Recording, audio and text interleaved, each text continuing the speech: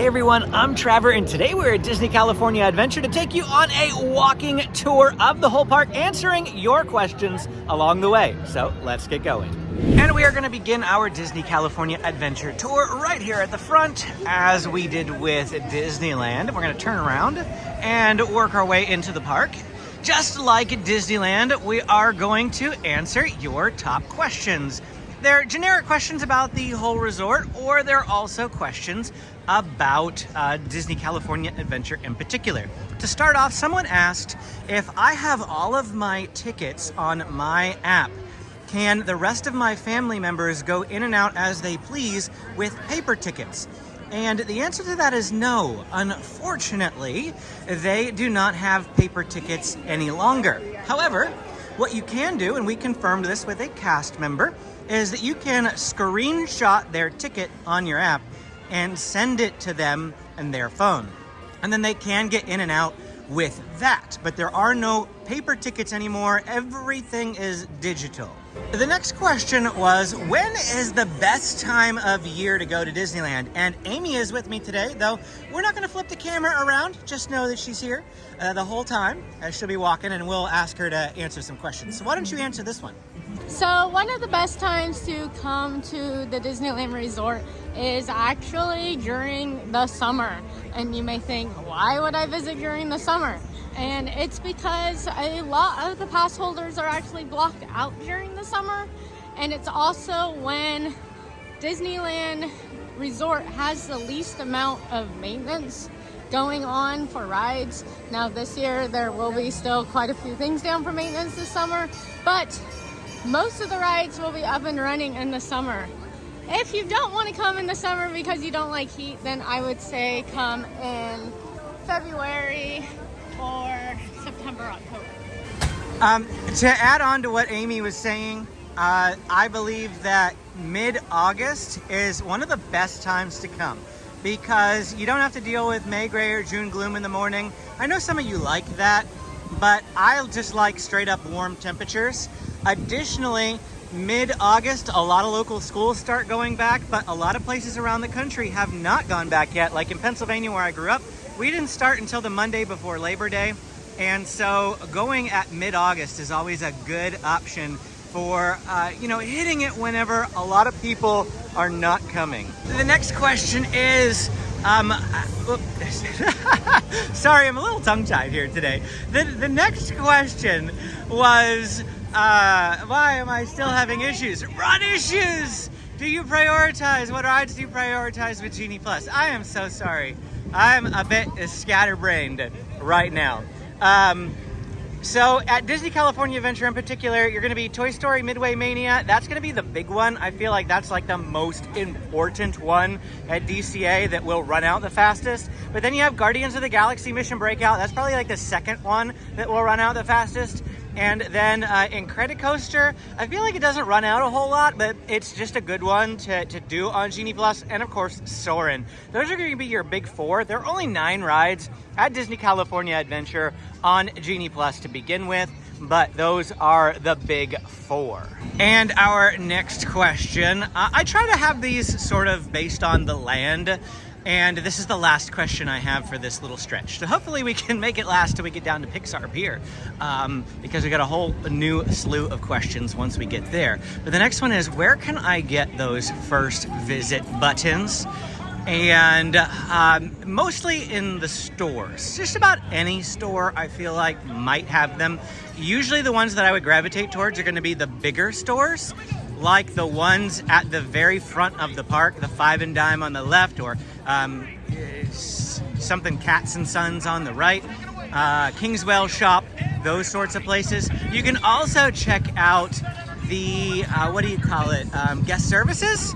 Guest services right at the front of the park is another one that often has those types of first visit buttons for your trip. Additionally, they'll have birthday, anniversary, just celebrating. They have a whole bunch of different styles. Now we're coming up here on a little show going on with the Green Army Men. Whoa, that was a close one!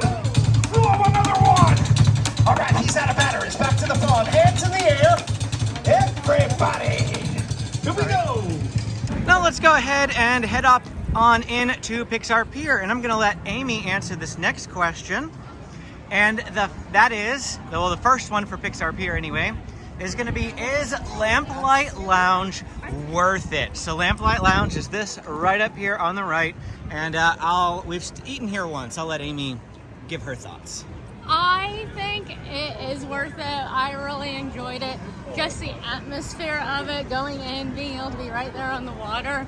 And when we went in the late afternoon, so they were actually testing the fountains for World of Color when we went. So you have little fountains popping up and down. Let's go see what she's talking about. Yeah. We're gonna go over here. You can check in right up here, but this actually upper portion isn't the restaurant. The restaurant is down below. And there are the tables, you can see them. It is right on this water here, and they do have the World of Color geysers out there. So later in the evening, they'll test them to make sure that they're working okay for World of Color. And then if you're sitting, down in here, it's great to look out over the lagoon. They also have some seating, you can't see it, but it's downstairs, but underneath as well. So if you want the outdoor seating, make sure that you request it. So once again, this place is really popular, which, we said it was worth going.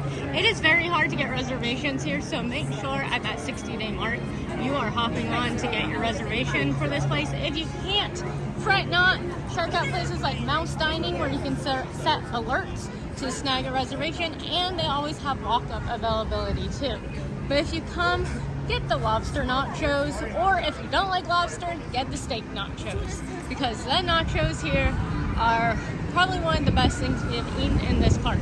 While we're walking by adorable snowman frosted treats, one person asked if the slushies from Adorable Snowman were any good. The only slushy there that I'm aware of is the Pixar Pier Frosty Parfait. The rest of them are just soft serve ice cream, but the Pixar Pier Frosty Parfait has the lemon soft serve on top of a blue raspberry slushie.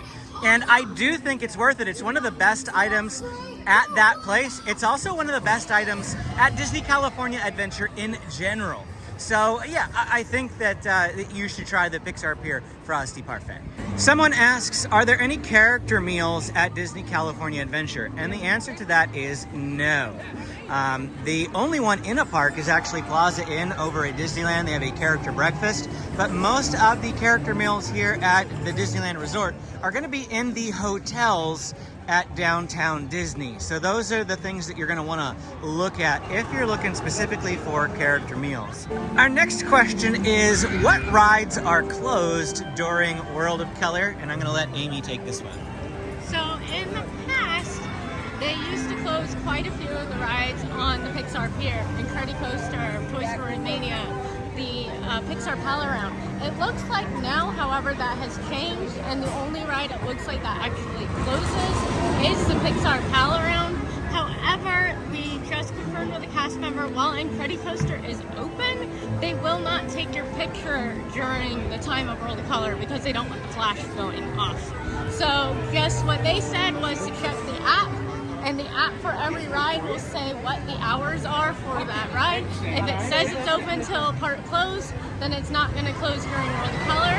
If it has little lines through it and the forecasted wait times, then it will close. It will close during World of Color. So just make sure to check the app on that, but not as much closes as it used to. And passing by Midway Mania, so this is a good time to ask the next question. And someone wants to know my secrets. They want to know my secrets for getting a high score on Midway Mania. Now, before I divulge these classified secrets, I want you to know that I've actually only been like the best this hour or best this day or whatever, like once in my entire life, whenever I rode it in the afternoon. Now, I can do it if I ride it like within the first 10 minutes the park is open, because I'm pretty good at beating the other people around me, but someone will always come through who knows more than I do. My best score is like 320, something like that, but I've seen people with 600s. So there are much better people to answer this question than me, but for me, the biggest one and the most important one, if you don't remember anything else, is that whenever you go to the ring toss phase with the, like a rocket ship and the aliens, you have to get a ring on every single alien in the rocket ship before they pop back up. If you can get all of them to disappear before the first one that you got starts to pop back up, you will launch the rocket ship. And once you launch the rocket ship, there is this open cavity that appears. And in that open cavity, you can shoot rings galore. Just pull them like crazy, and every single ring that ends up in that cavity scores points. They'll go up to whenever it gives you 2,000, and you can just rack up the points with that one hack alone. I do have some other tips and tricks, but if I have to narrow it down to the one single most beneficial item, it's making sure that that rocket ship launches and then taking advantage of the open cavity that results as a part of that. Now, if you don't launch the rocket ship right away, it's okay. You can keep trying to launch the rocket ship. You just need to make sure you get all of the aliens down before they reappear. One of our viewers asks, what are the locations around Disney California Adventure where you can get refills, like free refills on soda, or even just fill up, water and things like that? Boardwalk Pizza Pasta here is one of those locations. They just have the fountain machines, and you can just go in there and fill up and, whatever you need to do. Also, my favorite one is Pim Test Kitchen, because they have the freestyle machines in there. They've got the freestyle, so you can pick all sorts of stuff, not just soda. And you're sitting there and you're eating, you drink through it, you just go right back up to the refill station. There's no chips in the cups. Technically, you could fill it up, in anything because there's no chips. But be nice. Don't break the rules or make them put chips in it and ruin it for everybody else. So just do what's right. And if you buy a cup, then you can refill it. But that is a good place for it, simply because it's the freestyle machine. I love the freestyle machines. We're passing by Corn Dog Castle here on the left, and someone wants to know if the corn dogs are better at DCA or the same as Disneyland. Amy, why don't you take this one? So the actual regular corn dogs from DCA and Disneyland, they are going to be comparable to each other. However, DCA Corn Dog Castle has the Hot Link corn dog, which I don't believe you can even get in Disneyland. Nope, it's only here. I personally prefer the regular corn dog. However, Trevor loves the Hot Link corn dog. That is his favorite version of the corn dog, and only DCA has the Hot Link version of the corn dog. So he would actually say that DCA has better corn dogs. They also have the cheese stick corn dog, which is just basically breaded cheese, but it's good. There she is. See, I told you wouldn't see Amy, but you did. She got in front of the shot. We're going to walk down this way just for funsies. Someone asks, okay, and I'll let Amy weigh in. We'll both weigh in on this. We'll stop. We'll have a break.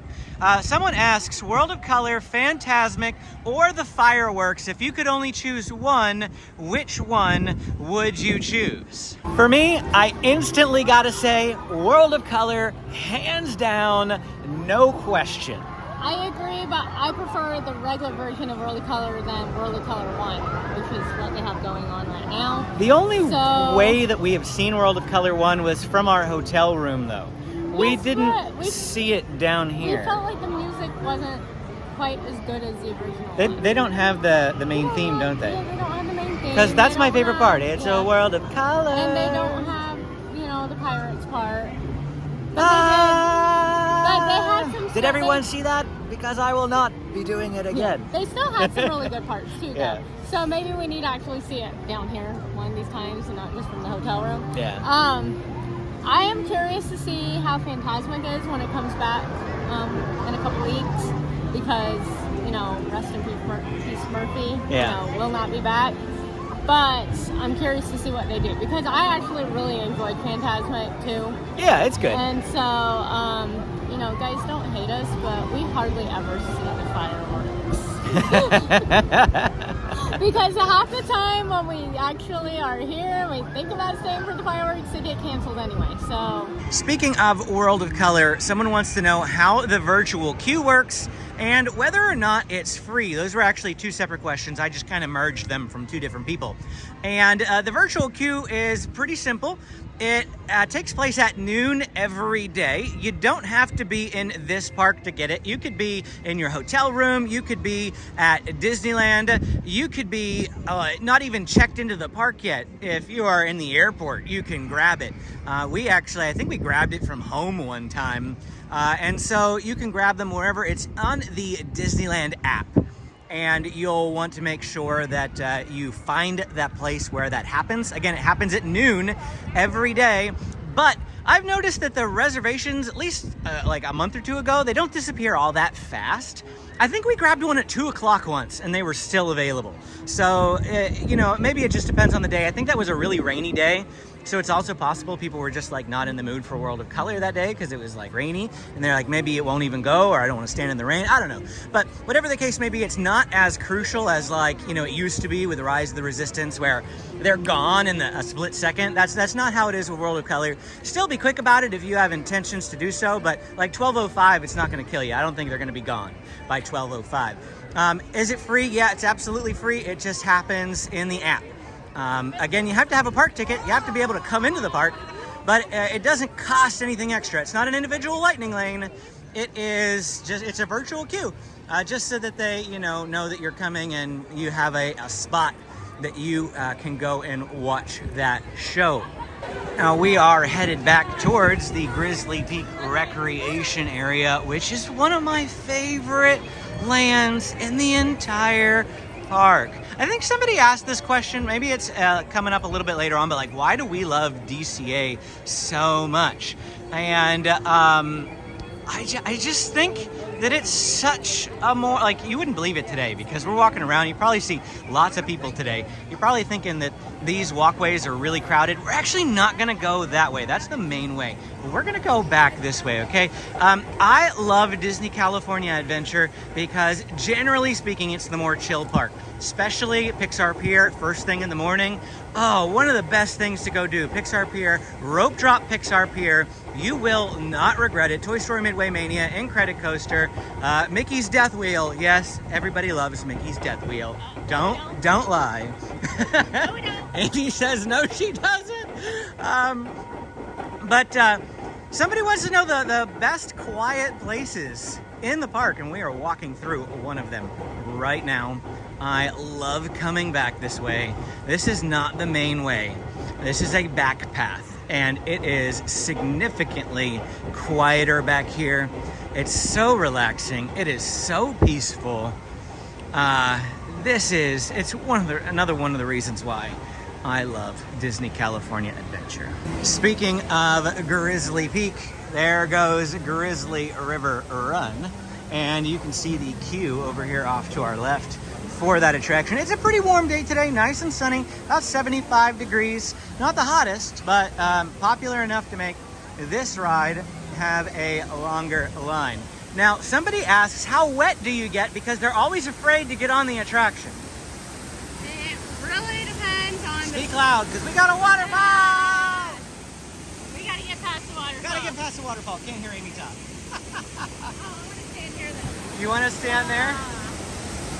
Okay. There's a bit of mist coming off, and Amy's enjoying it. Okay, do you want to, now that we're a little bit quieter, do you want to answer the question? Sure.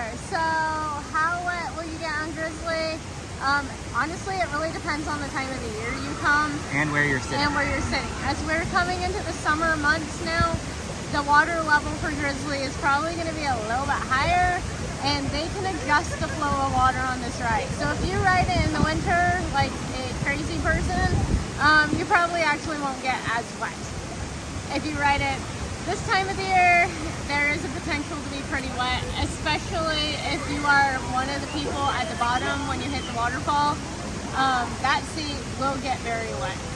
So, but nobody knows which seat is going to be at the bottom of the waterfall. So, it's just when you're starting to go downhill, just pray you're not at the bottom. No, I don't think you get as wet here though as Kali River Rapids and Animal Kingdom, because our drop isn't as big.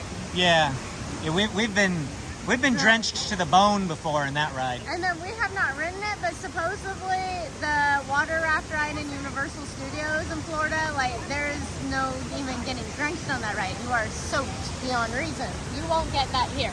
Yeah. You will get wet. You may get decently wet, but I actually haven't really seen anyone come off of this ride like completely waterlogged before. Not lately, anyway. No. Not lately.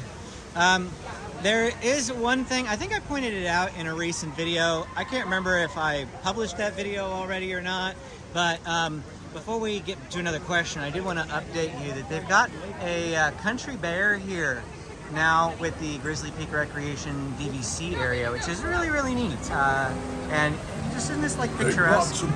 Oh, you can hear it talk too. I just set it off. Oh, you set it off. Set it off. You set it off with your magic Yeah, band. I didn't know you could do that. I didn't know you could either.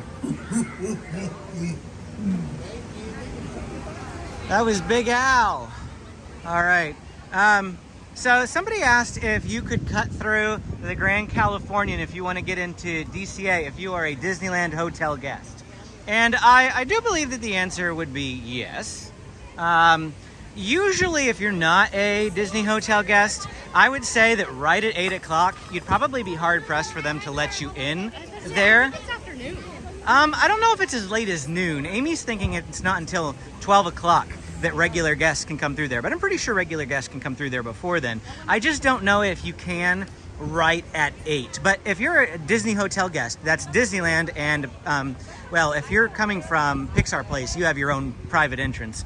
But Disneyland, yes, I think that you could cut through. I think that you absolutely could cut through there and use their own private entrance back there. Someone asked for the best days of the week to come to DCA and Disneyland, specifically talking about early entry. So if you do not have early entry, that is, you are not a Disney hotel guest, I'm just gonna keep walking. If you are not a Disney hotel guest, then you probably want to avoid the early entry parks because it's just easier to rope drop in those instances. And Disneyland's early entry days are Tuesday, Thursdays, and Saturdays, and then DCA is Sunday, Monday, Wednesday, and Friday. So I would avoid those days. So for DCA specifically, you should probably come on a Tuesday, a Thursday, or a Saturday, because that'll allow you to be able to rope drop Radiator Springs Racers without having all those early entry guests jumping at the gun, beating you to do it. And as we are passing by Smoke Jumper's Grill here on our left, somebody asks what is the places where you can get some quick service breakfast in Disney California Adventure. And we're actually going to stop right here because I want to get a drink from Smoke Jumpers because it's a little toasty and I'd like to get a drink. But those places where you can get some breakfast are going to be Smoke Jumpers Grill. They have a couple of breakfast burritos and a breakfast sandwich, and they are pretty good.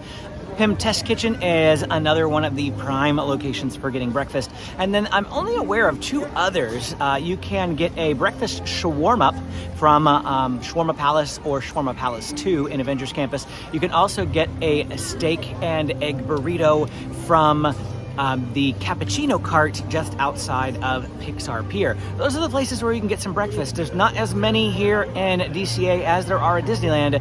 The 2 primary ones being Smoke Jumpers and Pim Test Kitchen. I told you we were going to stop in there, and that's because I made a promise a week ago when I filmed our food video for the new summer stuff that I was going to get a POG every single week as long as it was here.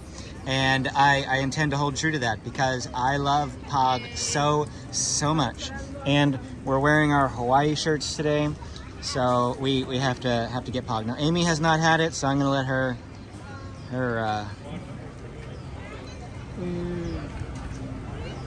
Is it POG heaven? Okay, I found this on the web. I didn't say anything to you, Siri. We did not say anything. Really, Siri?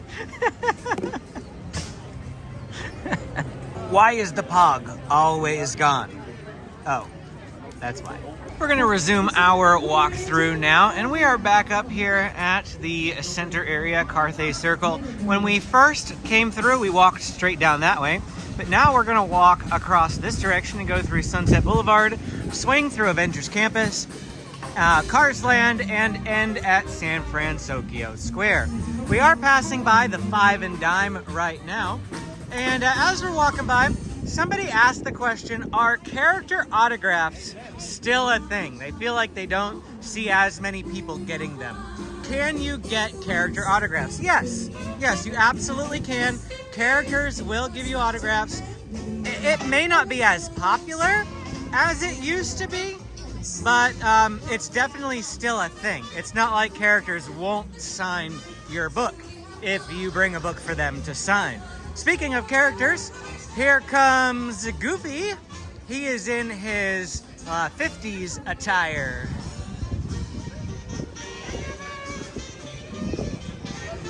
The next question, as we are coming in here to Sunset Boulevard and we're approaching the Animation Academy on the right, somebody wants to know my general thoughts on the Animation Academy. How do I feel about it? But then they also asked whether or not specifically the drawing portion would be able to hold the kids' attention. And when I saw this question come in, both of my kids were sitting next to me at home, and I asked them, I said, boys, what do you think about the character drawing experience where you can learn to draw your favorite Disney characters? Both of them said unanimously that they love it and it's great fun. I asked them specifically, I even prompted them, I said, do you think that it's boring? And neither one of them said, both of them said, no, it's not boring.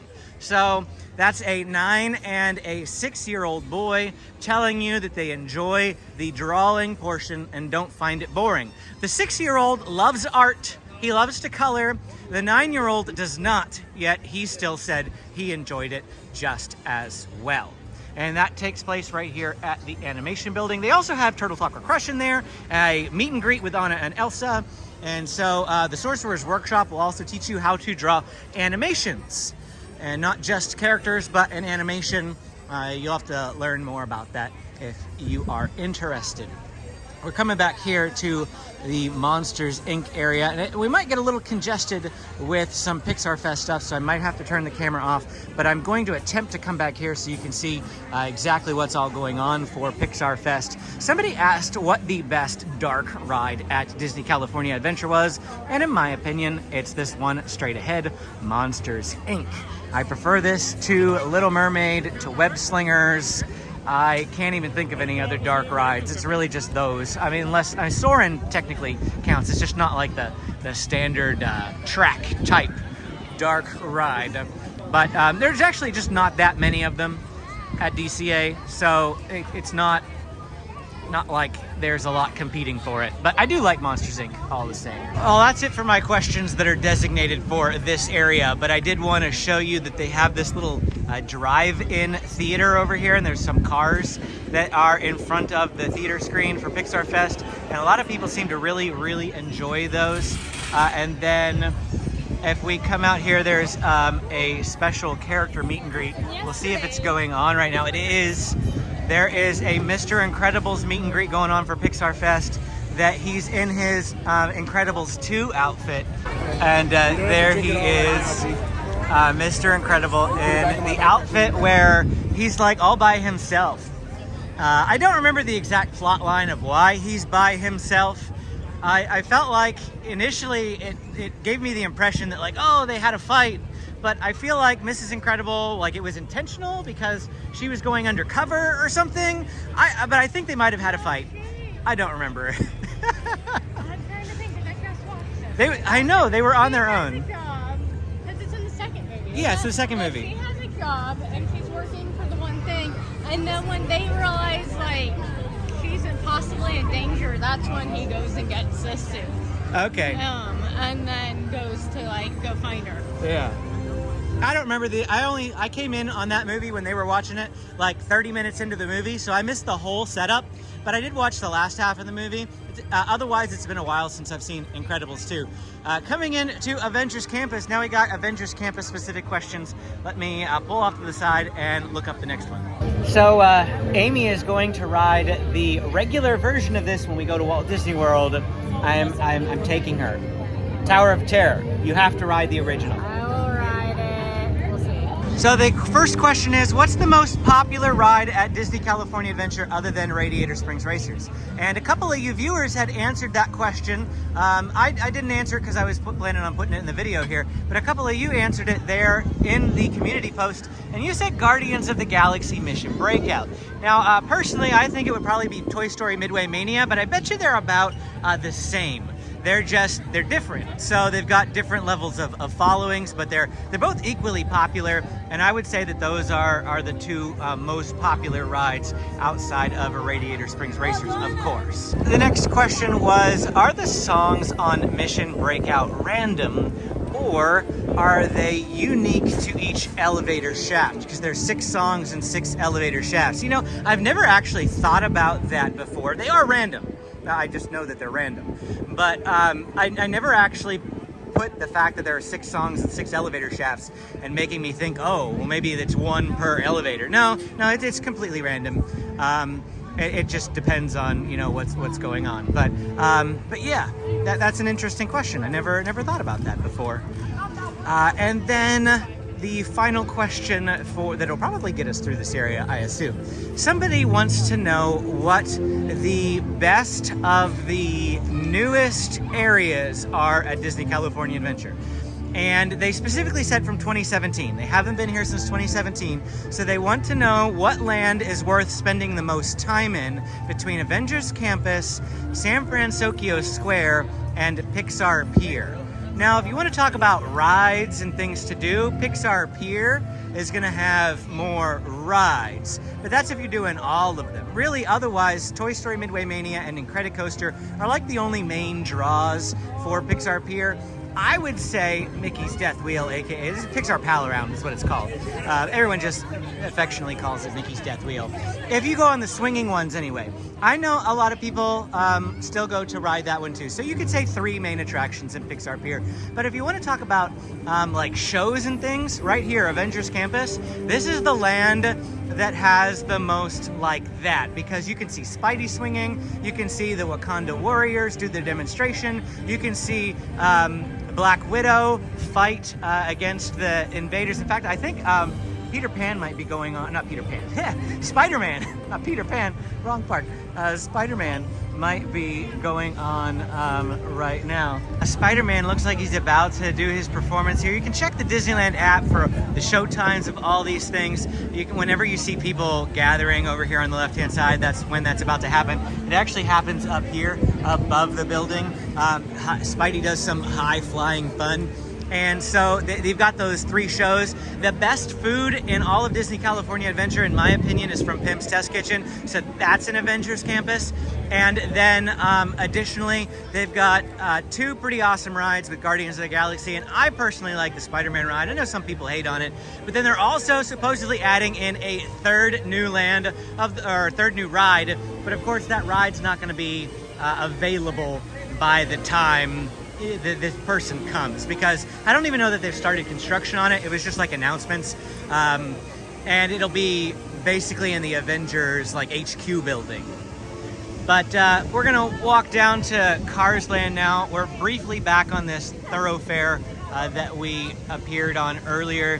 Pixar Fest Marketplace booths just started yesterday, and one of those is over here off to our right-hand side. We are trying some of those foods. By the time this video lands on the channel, that one should already have been up for probably about a week. So you can definitely go check out what our thoughts are on the Pixar Fest Marketplace food booths, especially if you're planning on coming before August 4th, because all the Pixar Fest food will still be going on. Now let's head down into Radiator Springs. Our first question for this land is, somebody wants to know if DCA is better during the day or during the night. What do you think, Amy? I think it is way better during the nighttime. And we are hardly here at night, but I love it when we are here at night. If you get a chance to be here in the dark, come down Radiator Springs right here.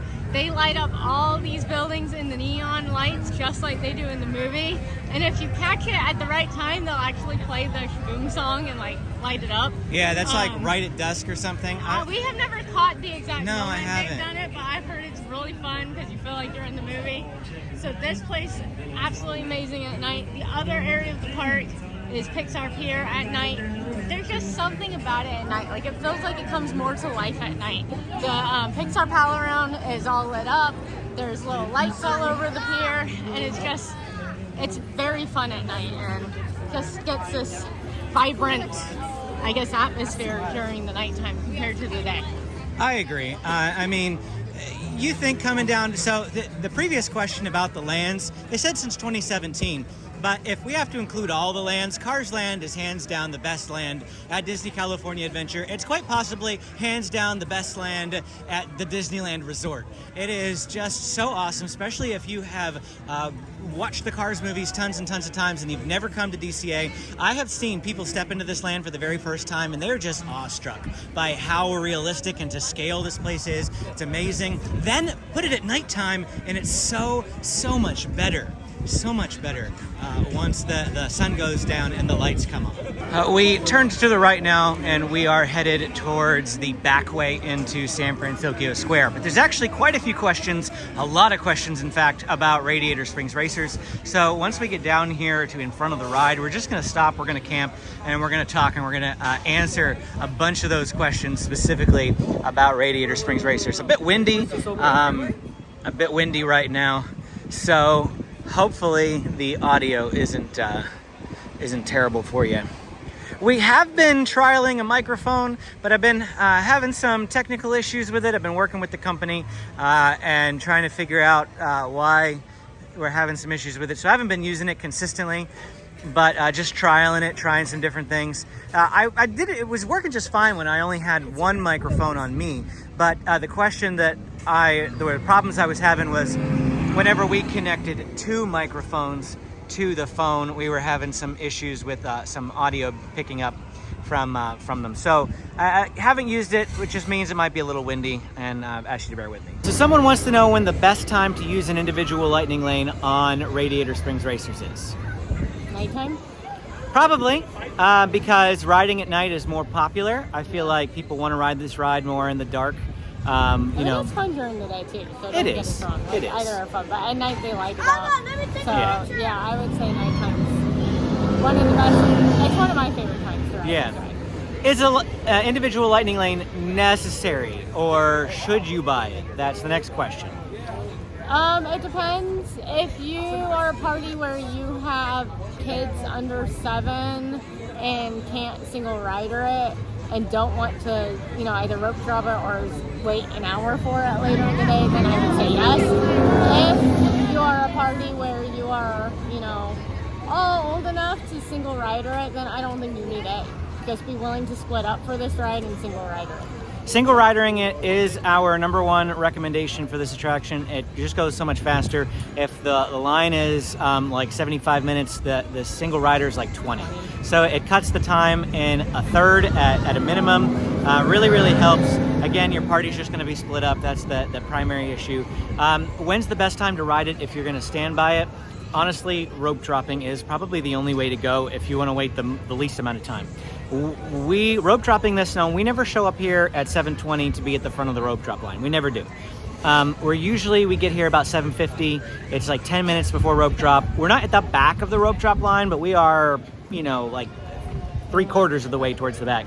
The fastest we've ever gone through rope dropping this attraction is 35 minutes. I mean, the only downside of rope dropping over here is you miss out on Pixar Pier. The Pixar Pier land area being completely empty, which is why we still usually recommend going back there instead first. If you have 2 DCA days, you can rope drop Radiator Springs Racers on one of them and rope drop Pixar Pier on the other, then there's no question. But yeah, if you have to rope drop it, if you have to ride it standby, rope drop is the one where you're going to ride it the least amount. The line only gets busier the later on you go. It's not Rise of the Resistance. Rise of the Resistance, there's a little bit of a lull after rope drop. There's a little bit of a lull right before it closes. That just doesn't happen here. It just doesn't. The line never goes down. Brief interjection in the tour, but Amy and I just got off of single ridering Radiator Springs Racers. Posted wait time was 90 minutes. It took us 18 minutes to get on the ride as a single rider. So really solid. Again, recommended way to ride Radiator Springs Racers. Now we're gonna keep walking and head on into San Fransokyo Square here and show you around this area. Someone wants to know if there are any like unique characters in this park besides the main ones. And I'm assuming main ones are referring to Mickey, Minnie, Donald, Goofy, those sorts of characters, plus like Lightning McQueen. I'm assuming you're gonna assume those are regular. But coming into San Fransokyo Square here, they have a Baymax meet and greet as well as a Hero meet and greet, both from Big Hero 6. Those are some pretty unique characters. Right now for Pixar Fest, they have a May meet and greet going on over by Grizzly River Run. Judy and Nick from Zootopia. I think that might have been in their list of regular ones, but they're ones that come to mind. Now this area is always fairly crowded, fairly full of people, so I'm not sure how much we're going to be able to actually walk through here. Well, actually, let's turn this way. Amy said Hero is out, and so I want you to be able to see that specifically. There he is, Hero. Somebody wants to know, of all the places in San Fransokyo Square, is there a standout restaurant or a standout item? I tend to prefer Lucky Fortune Cookery just because I like Chinese food, but the standout item is actually from the Cocina Cucamonga Mexican Grill, and it is going to be the quesadilla tacos right up there on the top. Now, those are not new. They've been here. It's not something San Fransokyo exclusive. So yeah, the quesadilla, those are the most popular item at San Fransokyo Square. Let's walk back this way though and go through this area one more time. The Karagi inspired or Karagi style chicken from Lucky Fortune Cookery is a favorite of mine, especially with the yaki udon. That is a good dish. Everything that I've had from Lucky Fortune with the new menu has been solid and really great.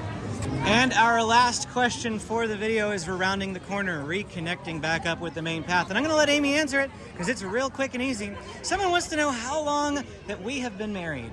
13, well, almost 13 years. Yeah. I guess not quite, but like, what, 3 weeks? Yeah, in about 3 to 4 weeks, it'll be 13 years. So yeah, we're excited for our 15th anniversary. We're planning a Tokyo Disney trip. It's just tentative. We have no hard and fast rules, but we'd like to. That's what we're hoping. And that's it for our time here today at Disney California Adventure, going on a walkthrough of the entire park, answering your Disneyland planning questions. If you enjoyed this video, don't forget to hit that like and subscribe button. If you have more questions we didn't answer, drop them in the comments below. I'm always happy to answer them. Click this video to keep watching, and we will see you again next time.